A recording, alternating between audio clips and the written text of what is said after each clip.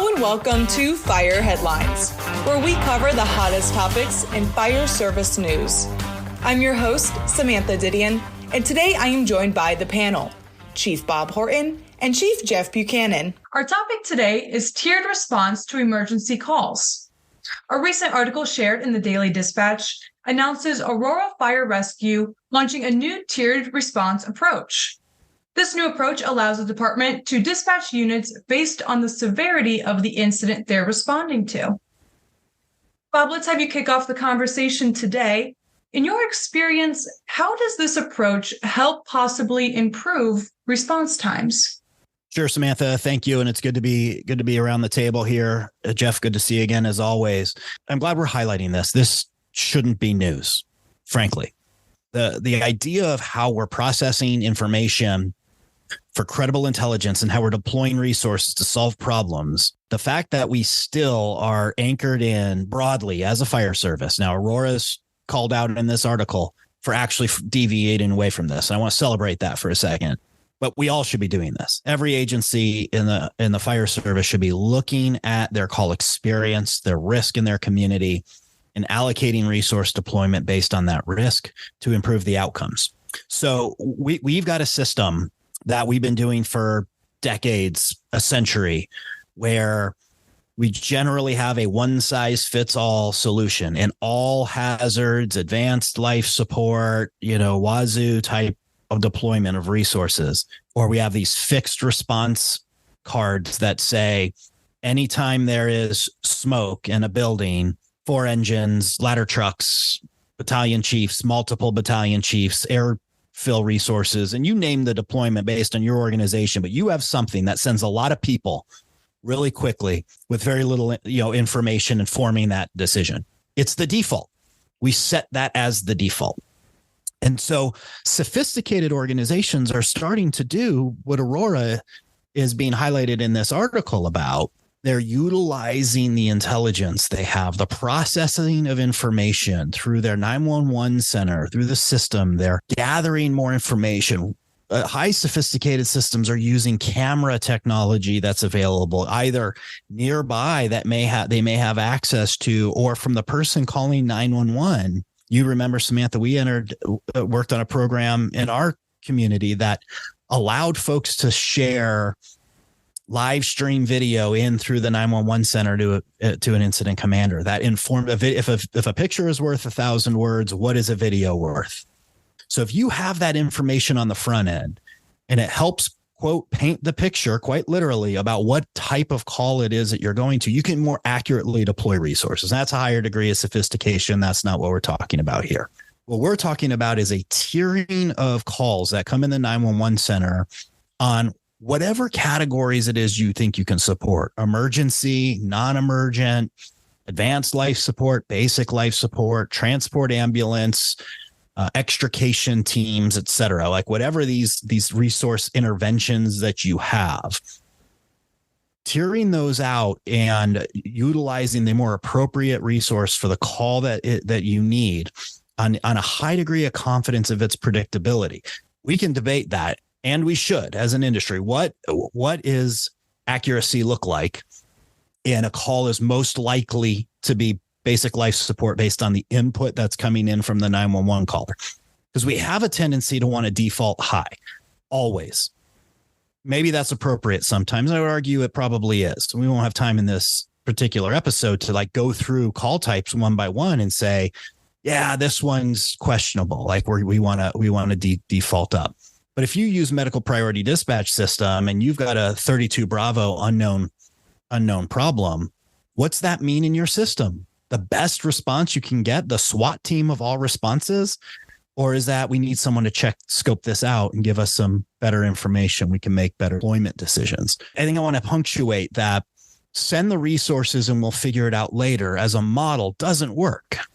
It shouldn't. It isn't. It's inefficient. We can't afford to continue to add more top level resources in our deployment bank, more fire stations, more all hazard emergency response ALS engines to handle rising call volume, when the data and the evidence suggests that the rising call volume may most likely is having to do with some kind of sociological impact, some kind of social service related impact, high incidence of falls, low acuity medicals. I don't know what's going on in your community, but my guess is it's not emergent fires. Jeff, what do you got? Bob, great to be here with all of you. As always, I love it. I love this conversation. So I had this mantra that I was saying when I was at Las Vegas, actually, and that was, I want us to be the best when the situation or the people are at their worst. I want to reduce the risk of the worst ever happening in the first place. And I want us to be professional while doing both. Because at the end of the day, Bob, you're spot on. We got precious allocated resources that are very limited, and we have to be very frugal with them.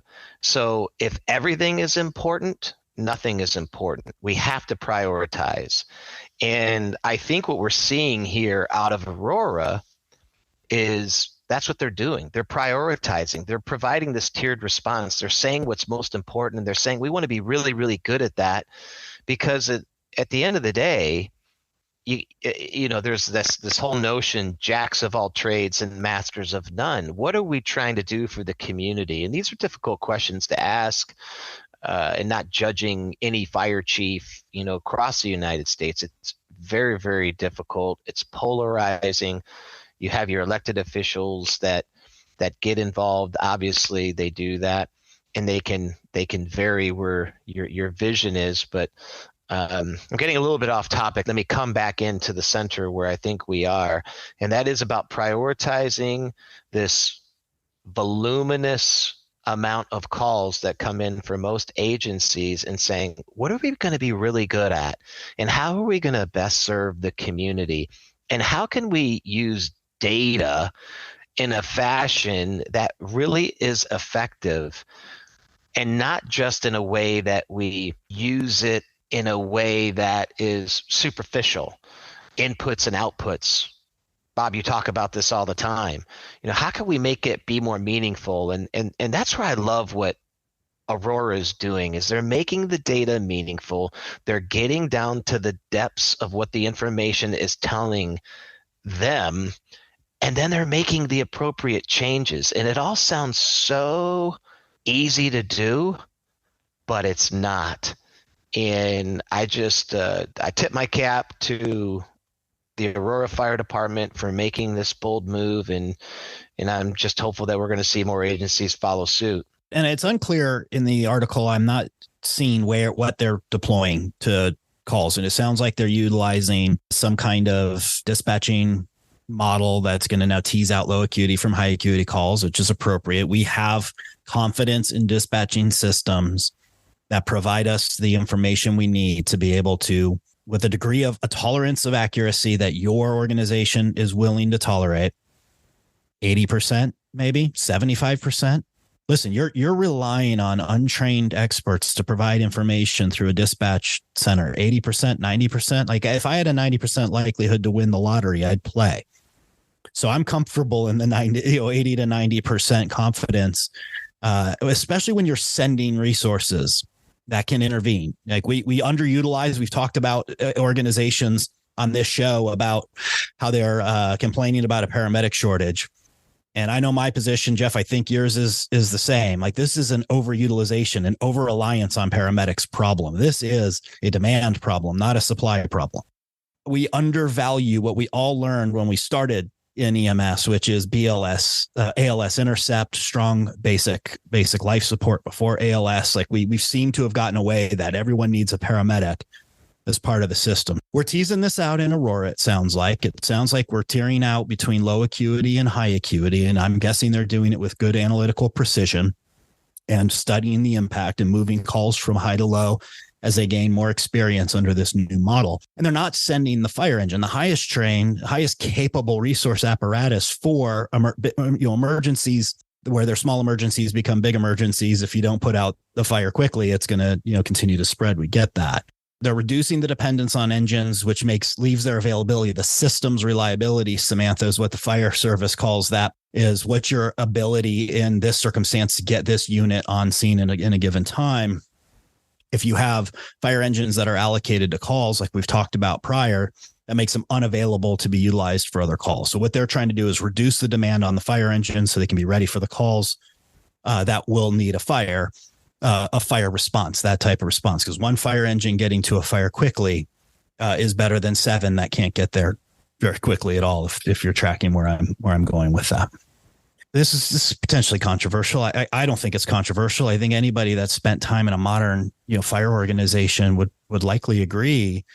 80% of the calls, 70%, you pick your number, but let's go 70 to 80% of the calls that come into the 911 system. If the fire service never showed up, it likely would not impact the outcome. Now that's hard to say, and it's certainly hard for a lot of people to hear. And it's absolutely not good public service, and you're certainly not meeting the expectations of your community. I'm talking about the outcome. I'm talking about would the situation progressively get worse or exponentially get worse in the absence of all hazard, advanced life support response. The majority of the calls that we're seeing in our system, and this differs by geography, so I don't, get people spun up. You might be the outlier, but in general, we're being overutilized for calls that we don't have a necessity to be at, and we really need to get that figured out. And there's a lot of ways to do it. Maybe we'll spend some other time kind of going through where I think some of these ideas, really ought to be, but this is the start. The start is getting better information, turning that information into intelligence that's processed information so that we can make better decisions. We can make decisions in our dispatching environment. Trust our dispatchers to get you the information you need. Use the information that you have to make good deployment decisions, deploy the resources, study the effect of that. And that way you can improve outcomes, because of the 20 to 30 or whatever your number is % where we do make a difference when we get there quick, we have to be the best at that. It's interesting. The fire service to me is kind of perplexing because we are one of the only models that just every call comes in, we assign it a resource and off they go in general. Most other field response type resources, including the law enforcement, simply don't do that. The amount of emergencies that log goes to, emergencies like lights and sirens response is minimal against total call request. It's not uncommon for law enforcement to hold the call, and we're going to get to it when we get to it. There are a lot of calls. We could be doing that too. We just typically don't. Jeff, do you see it that same way? We typically don't. And what do you think? Why do you think we do that? First, let me get back to the law enforcement side of things. What they have the ability to do is to constantly reprioritize.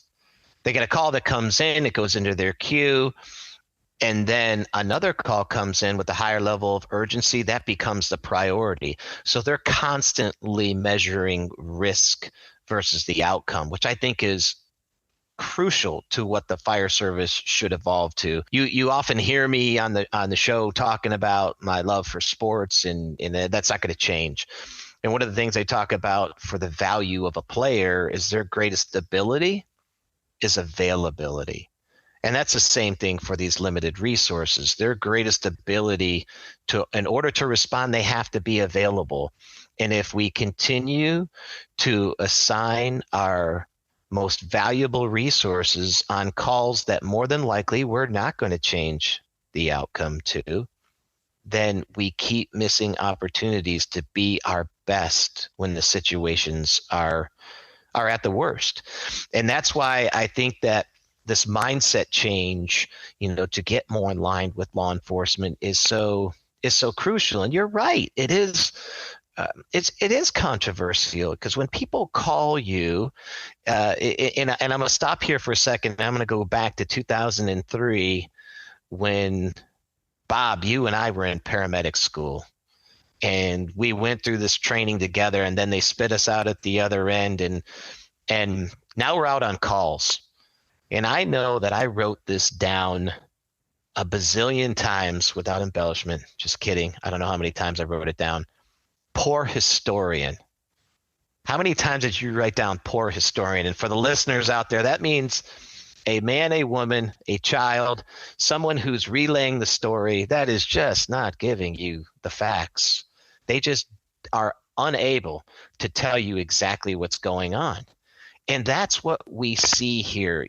Bob, what you're talking about, greater intelligence in the dispatch center, great information coming in, being more thoughtful when we assign our limited valuable resources to these calls is what is so important. It's more important now than it was, because now we have a quote unquote a staffing shortage that's never going to go away. And you're absolutely right. We are locked in. We are on the same page. We are completely aligned. It is an over reliance on ALS, and we need to get back down to the basics and really lean into the data and put our limited resources on those calls that we need. And that means that we have to constantly reprioritize. We have to put the high value incidents at the top, and we have to have the ability to do that, or we're just gonna keep chasing our tail. And and the last thing I'll say is I agree with you. Couldn't get down to the forensics of the finer details of what Aurora is doing, but it's continuing the conversation, deciphering and distinguishing between low acuity and high acuity, and saying, yep, that one is more important. That's what we're here for. That's what we're going to make the most difference on, and then concentrating there. So I just really like what Aurora is able to do as far as keeping the discussion alive, and hopefully more are going to follow suit. I'd like to get into this week's listener question a little bit early in this episode, because I think it pertains a lot to what we're talking to. So, Bob, in episode 29, charging for non-emergency services, you said that response time should not be the metric for success. If not response time, then what do you believe should be used to measure success of a fire department? Thank you, Samantha, and to our listener who submitted that question. Thank you for asking that question, because I did say that.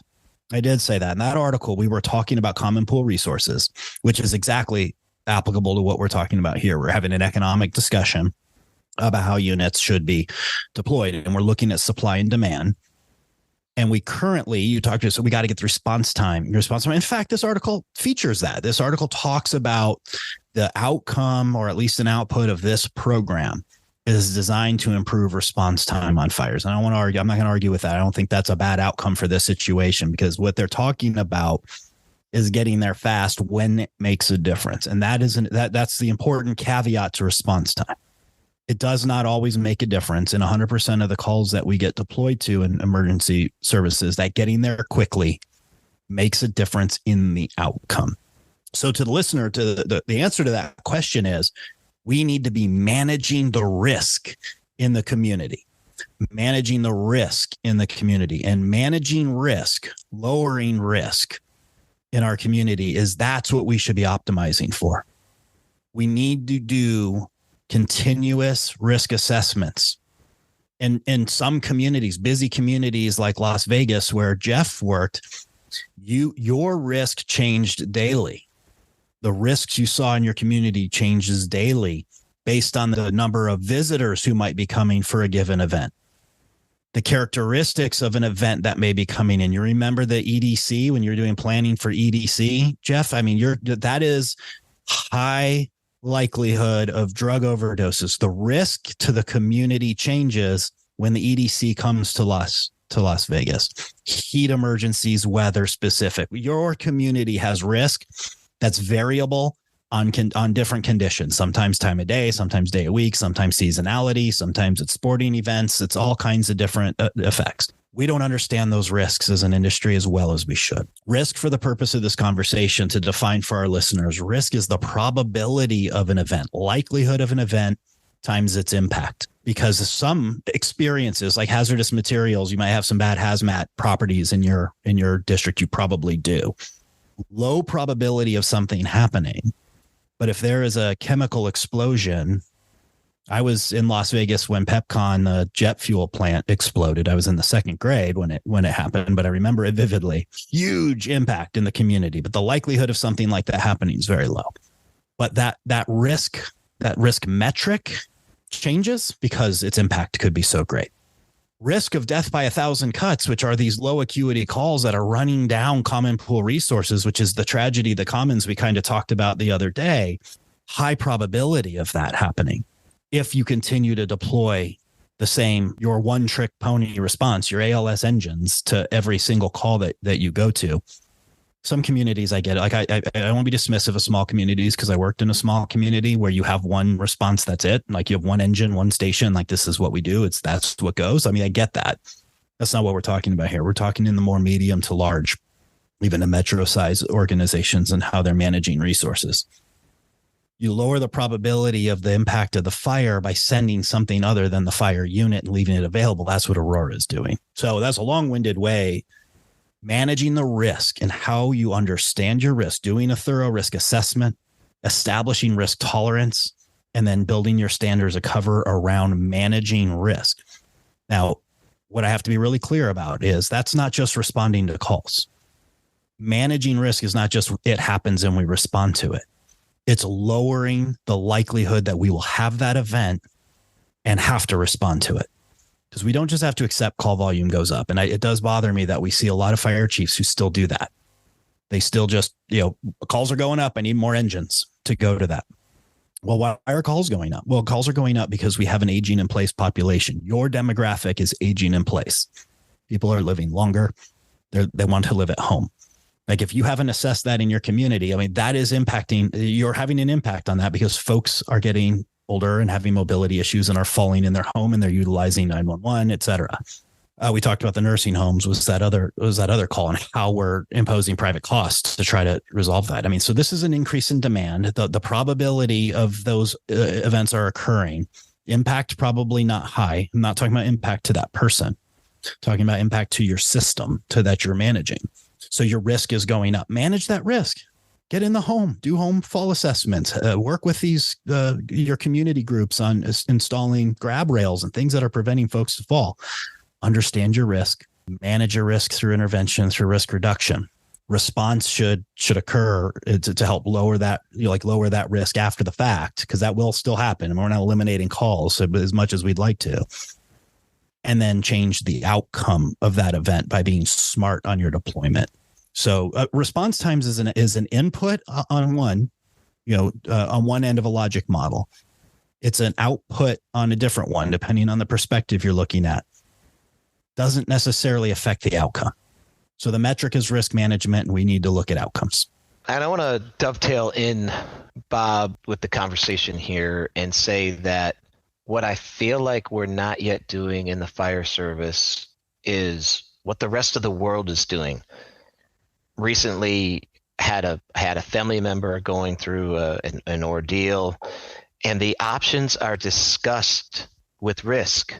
This is too risky. We're not going to do this. We're going to do this. That's in the hospital setting. Why aren't we doing that more in the pre-hospital setting?